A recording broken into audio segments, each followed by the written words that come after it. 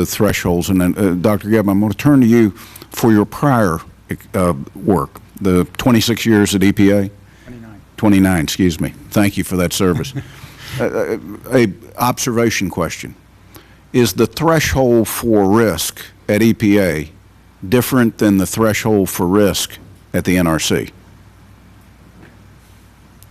I don't have an answer to that question. I mean, there's. Let me ask it in a different fashion. If it were different, would you find that to be a flaw? Shouldn't the threshold for risk at both, which both assess the risk on a human population and U.S. population, shouldn't they be the same? That's a rather tricky question. Well, let me ask it in a more specific way.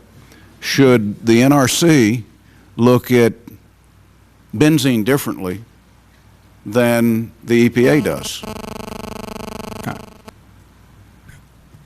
I think the answer to that is no. I don't think they should look at it differently. Okay. I just wanted to clarify that. Now, Dr. Nichols, before I ask you a question, I'd like to ask the chairman, after the NRC Council issued its report on Camp Lejeune earlier this year, other experts, including Camp Lejeune Community Assistance Panel, a group of 5 scientists, and the National Resource Defense Council released documents criticizing the report. I'd like to ask unanimous consent to include copies of those documents in the hearing record. In one of those documents I just mentioned, Dr. Nichols, it was noted that the National Research Council's hazard evaluation in the Camp Lejeune report, and I quote, did not take into account that benzene and vinyl chloride were contaminants in drinking water at Hadnot Point or Tearaway Terrace. I guess I would ask you, is that accurate? And can you explain benzene and vinyl chloride, what they are and what NRC sees as their hazard? Okay. First of all, hazard evaluation, in my mind, has a very specific definition, and there's a portion of the report that in which a hazard evaluation was conducted. Is that?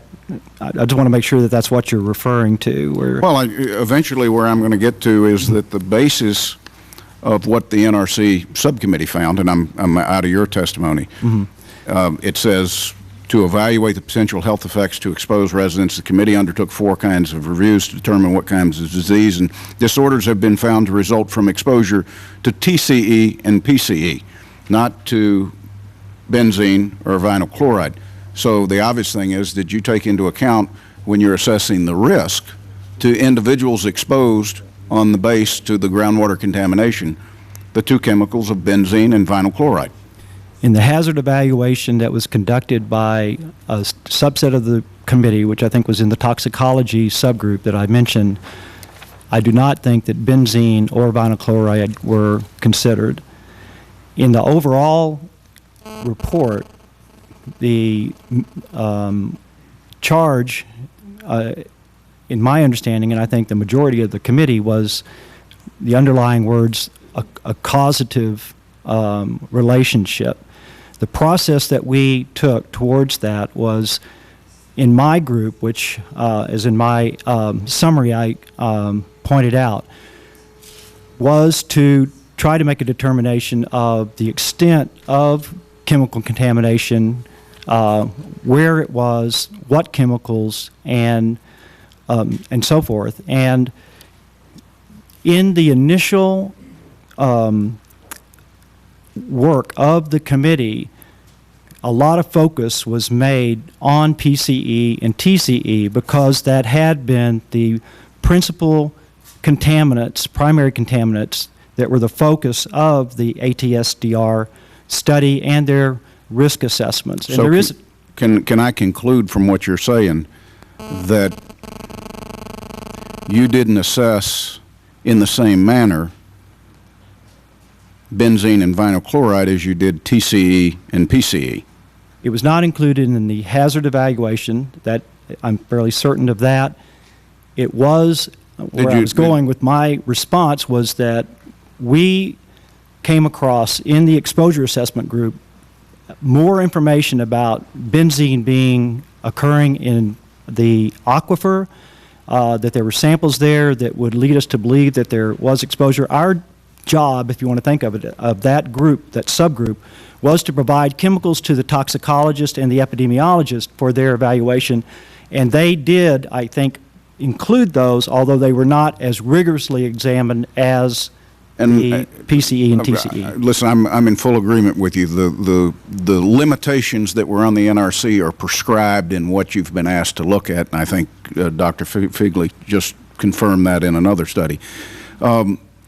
So can I conclude that review of toxicology studies, epidemiological studies, and conduct of a hazard evaluation did not take place for benzene and vinyl chloride in the same fashion, if at all, as TCE and PCE? The procedure that was used by the epidemiologist and the toxicologist was to review published studies of whether there was causation between these chemicals and disease. They left it open pretty much to what was out there in terms of what we knew about the relationship. To my knowledge, both benzene and vinyl chloride were considered in that way. They were not considered in the hazard evaluation that is published in the report. Well, I would only point this out that I think this is at the root of part of the misunderstanding. Was it or wasn't it?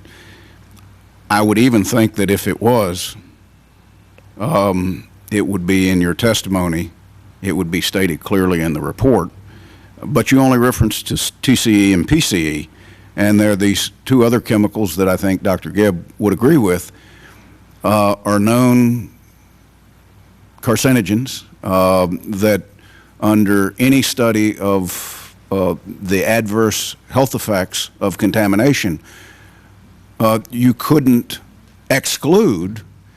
And if you came to a conclusion that they play no part, it would be a